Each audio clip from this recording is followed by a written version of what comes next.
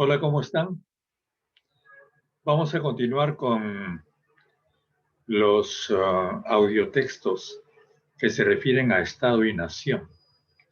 Entonces voy a nuevamente a compartir pantalla y pues vamos a trabajar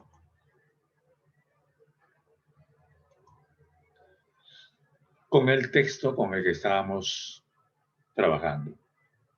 Habíamos dejado la lectura en el podcast anterior en el tema de la nación.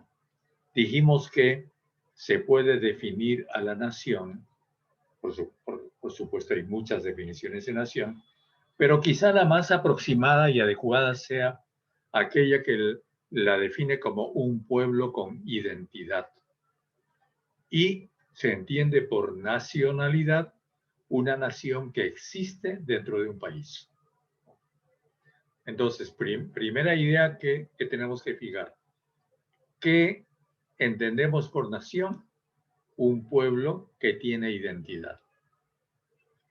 ¿Qué entendemos por nacionalidad? Esa misma nación, ese pueblo con identidad, cuando está dentro de un país, compartiendo la vida con otras naciones. Se entiende por pueblo una población que tiene objetivos y sentimientos comunes, que tiene, como decía Rousseau, una voluntad general. Dijimos también en la clase en el podcast pasado que los teóricos de la nación fueron Fichte, alemán, Renan, francés, fundamentalmente. Ahora, se presume que la nacionalidad es una situación preliminar a la existencia de una nación. A su vez, la nación es el resultado de la realización de la nacionalidad. Y el nacionalismo sería una derivación sentimental a veces, defensiva a veces, agresiva a otras, de quienes integran una nación respecto de estímulos externos o internos. El Estado moderno clásico es la expresión de la institucionalización de la nación. Habría entonces una secuencia entre nacionalidad, nación, nacionalismo y Estado moderno. Y más aún, se trataría de un proceso de homogenización y uniformización sobre la base del principio una cultura, una nación y un Estado. Esto es lo que sucedió en el caso de los Estados europeos. El caso africano o asiático, perturbado por el colonialismo, es diferente. Allí fue el factor externo de las potencias coloniales el que determinó la formación de estados que eran funcionales a otros estados. Los estados colonizados eran funcionales a los estados colonizadores o coloniales, en una relación que era o es todavía en algunos casos una relación típicamente colonial. La idea de nacionalidad es a la vez histórica y liberadora. Según explicaba Ernesto Renan en su tiempo, la nacionalidad es un grupo humano que se reconoce a sí mismo como tal, que debe su existencia a sí mismo, no por la gracia de una dinastía real, ni por ningún factor determinista, sino que expresa la madurez de un pueblo. Una nación es un alma, un principio espiritual, decía Renan. Es la posesión de un rico legado de recuerdos y el consentimiento actual, el deseo de vivir juntos. Franceses con franceses, peruanos con peruanos. El nacionalismo es un principio político que sostiene que debe haber congruencia entre la unidad nacional y la política.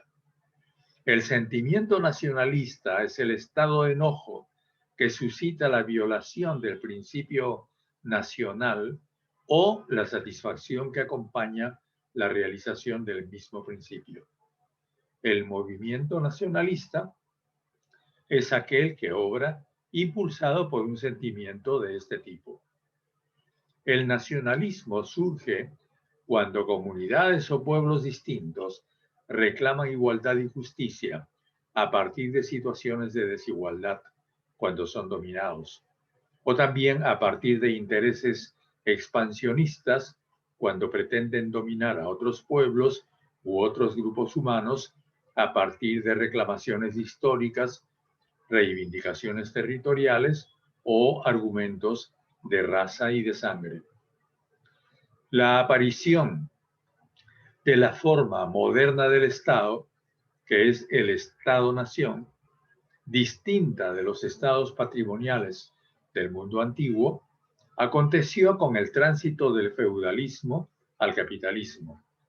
Fue surgiendo primero en la Alta Edad Media y después en el siglo XVI como resultado posterior y simultáneo de la dominación de los anglosajones sobre los celtas, los galeses, los irlandeses, los escoceses en Inglaterra, de los francos sobre los normandos, los aquitanos y bretones en Francia, de los castellanos sobre los árabes, bereberes, judíos, catalanes, asturianos, gallegos, vascos, andaluces, gitanos y otros pueblos en la península ibérica, de los eslavos sobre cientos de pueblos de la Gran Rusia, de los francos sobre los bávaros, los suavos o alemanes, los turingios, frisones y sajones, borgoñones, godos y longobardos en Alemania. Entonces, como ustedes comprenderán, estamos hablando de muchos pueblos distintos. En realidad, dentro de cada estado están viviendo distintos pueblos, que incluso hablan lenguas distintas. Como resultado de la primera globalización realizada en el siglo XVI, que fue iniciada por España y Portugal y liderada después por Inglaterra y los Países Bajos, surgió una serie de elementos y cambios en el mundo que vamos a examinar a continuación. Esta globalización, previa a la actual,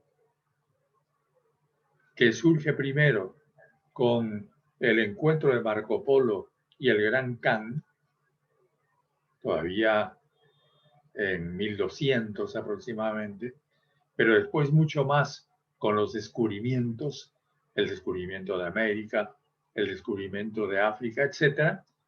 Entonces, como consecuencia de todo este proceso, que es fundamentalmente geográfico también, vamos a encontrarnos con los siguientes elementos.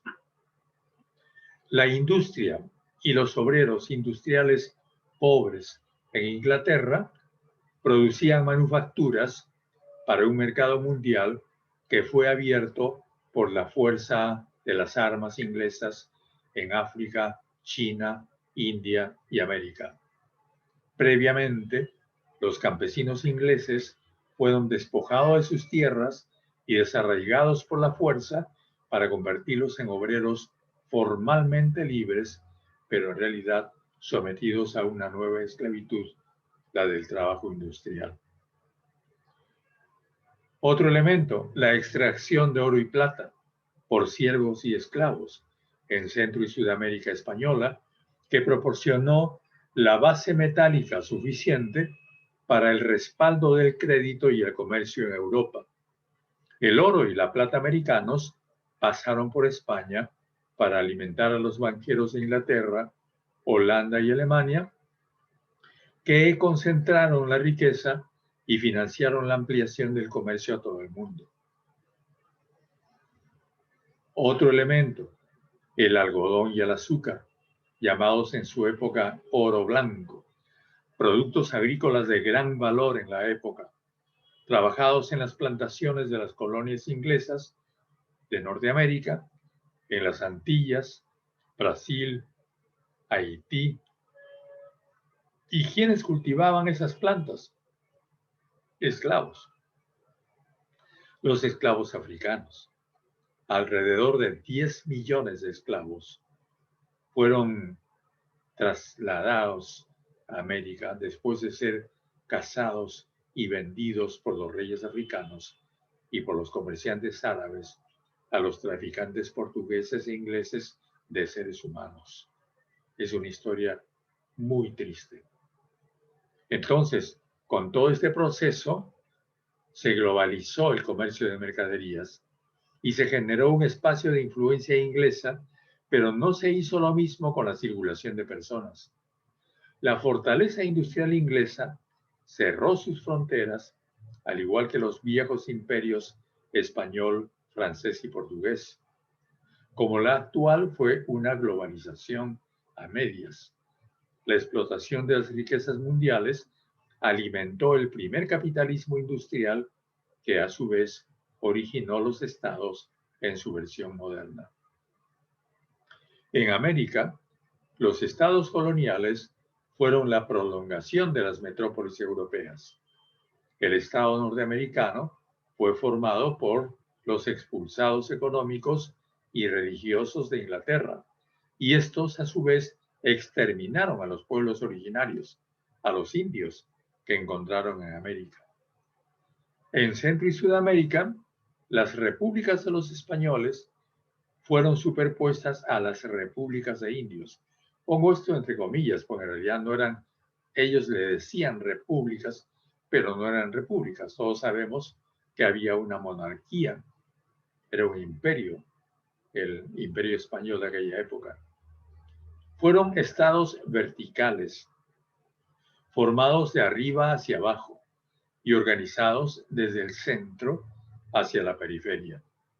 Sobre la herencia de este régimen, y sin romper con él en lo básico, fueron organizados los actuales estados hispanoamericanos. Por ejemplo, la delimitación de fronteras correspondientes a los antiguos virreinatos e intendencias fue la que determinó, como sabemos, las delimitaciones de fronteras de los estados americanos actuales. Para Hegel, el Estado es la culminación de la idea humana y se identifica con el altruismo y la generosidad del individuo para con la sociedad. Para Kropotkin, Marx, Engels y Weber, es una forma de dominación de unos hombres, los menos, sobre otros hombres, los más. Una dominación necesaria, dice Weber, pero finalmente una dominación. Dominación odiosa, porque es la del Estado Mayor de la burguesía, dicen Marx y Engels. Dominación innecesaria, porque los humanos pueden autogobernarse, decían Pedro Kropotkin y los anarquistas. Dominación sobre el individuo, que debe ser reducida al mínimo, dicen los liberales. Ya hemos visto que para George Jelinek, la concepción clásica del Estado tradicional tiene esos famosos tres elementos: el gobierno, el territorio y la población. El Estado es un orden de convivencia de la sociedad políticamente organizada en un ente público superior, soberano y coactivo. Soberano y coactivo. Soberano significa que él gobierna, pero nadie lo gobierna a él. Tiene muchas personas, mucha gente debajo, pero nadie encima. Esa es la idea de la soberanía. Coactivo es la idea de que finalmente ejerce la fuerza. Si tú no obedeces, puedes ir preso, te pueden matar, te pueden sancionar, te pueden multar. Eso se llama el poder coercitivo del Estado. Ahora, Todo eso forma lo que llamamos el Estado moderno o el Estado-nación. Pero estos estados han ido convirtiéndose en más y más complicados conforme el paso del tiempo. Los estados complejos surgen en el siglo XX a partir de la Segunda Posguerra Mundial como resultado de la adecuación de los estados modernos a realidades todavía más complicadas. En la etapa contemporánea, la burocracia del gobierno ha dejado de tener el monopolio de lo público. Su espacio ha sido invadido por otros entes privados, por empresas internacionales y nacionales, por grupos de intereses diversos, personas o grupos de personas que se expresan y actúan en nombre de los demás sin pertenecer necesariamente al aparato administrativo del Estado, que interactúan además en el terreno de lo público para obtener decisiones y políticas a su favor. Estamos hablando, por ejemplo, de los colegios profesionales, de las organizaciones feministas, de los ambientalistas, etcétera, etcétera, ¿no es cierto? Todos aquellos que intervienen, dan sugerencias, hacen peticiones en las políticas públicas que son organizadas y decididas por estos estados. Todos estos organismos, que son redes importantes, se mueven en público y en secreto, a la luz y en las sombras. Lo público se ha convertido a la vez en un escenario iluminado por los medios de comunicación y en un territorio sombrío de entretelones alejado de la vista ciudadana. Las dos cosas se dan simultáneamente.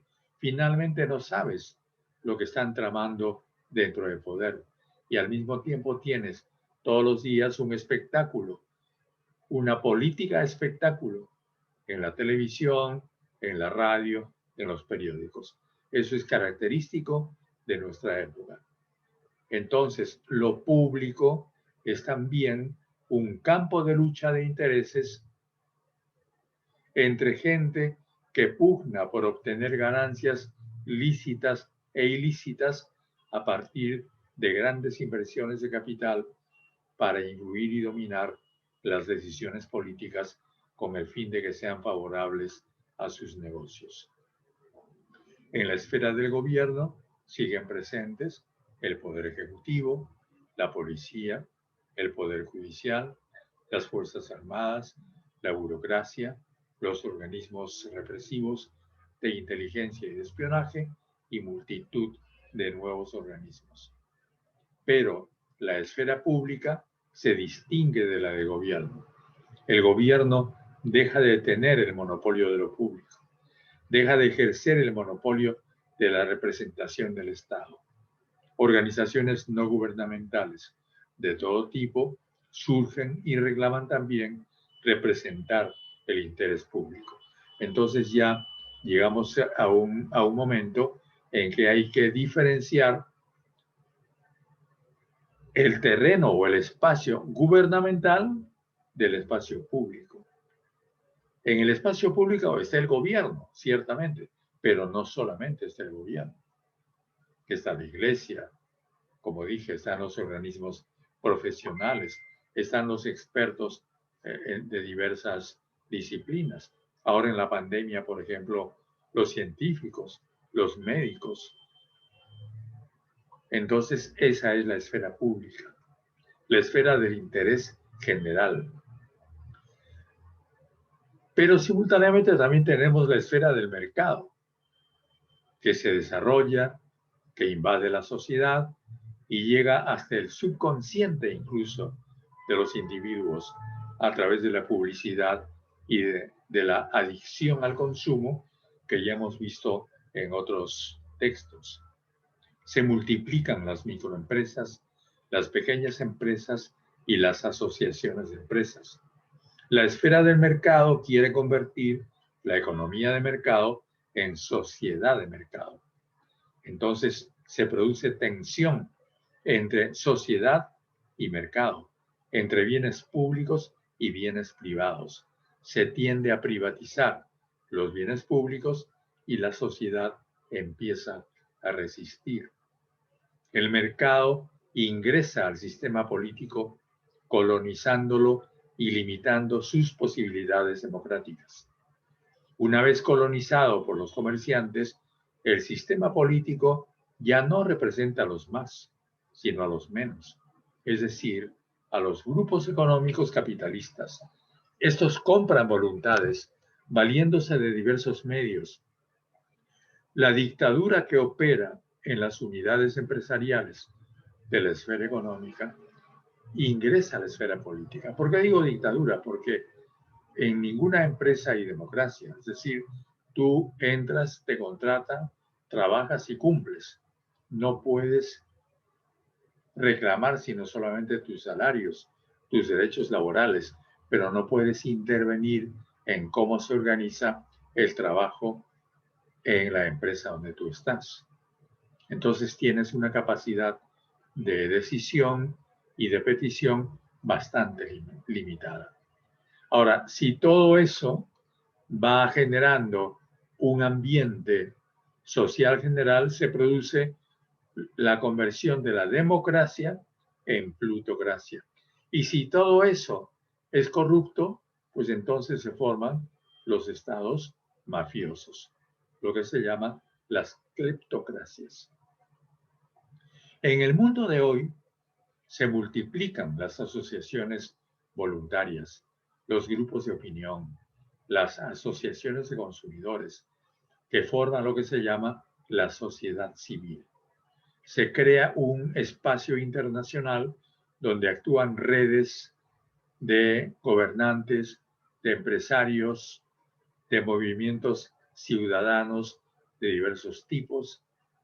Se forman redes también no gubernamentales que influyen en las Naciones Unidas y en los gobiernos, y en el campo internacional también empieza a respirarse tensión, contradicción. El interés público entonces invade la esfera privada, norma lo que sucede en las familias, con las mujeres y los niños, e introduce los derechos humanos en la esfera pública y gubernamental. Eso hace que los tres elementos clásicos del territorio que habíamos visto, del Estado que habíamos visto, que son el territorio, la población y el gobierno, vayan variando con el tiempo. El territorio ya no se ve como el suelo delimitado por fronteras, es ahora el ecosistema. No es solamente suelo, es atmósfera. El ecosistema es el sistema formado por una comunidad natural de seres vivos y está constituido por componentes bióticos y abióticos. El concepto de ecosistema tiene en cuenta las complejas interacciones entre plantas, animales, bacterias, algas, protozoos, hongos, etcétera, etcétera, etcétera. Esto lleva a la variación radical de lo humano, contrariamente a la tradición judeocristiana que tiene al hombre como rey de la naturaleza, porque es imagen y semejanza de Dios. Ahora se tiene al ser humano como un elemento más, como parte del ecosistema. Se retorna con ello a las concepciones mágicas de los primeros pueblos, las cuales fueron antes menospreciadas y tildadas de primitivas. Por otra parte, la ciudadanía se va aplicando a círculos cada vez más amplios. Se va concediendo derechos de ciudadanía, primero a los propietarios o señores y luego a los trabajadores, las mujeres y los analfabetos. La población ha pasado de lo rural al urbano. El mundo se urbaniza a la vez que se desordena. Las megaciudades africanas de América Latina, el Medio Oriente y el Oriente son verdaderos amontonamientos de seres humanos donde se retorna a la vida sin ley. De verse como un espacio libre, la ciudad se convierte en un lugar peligroso e inmanejable. Ya no se tiene la población homogénea como paradigma. Se valora lo diverso. Se aceptan, al menos en el discurso, los derechos de las minorías a ser distintas. La interculturalidad se ve como una realidad deseable.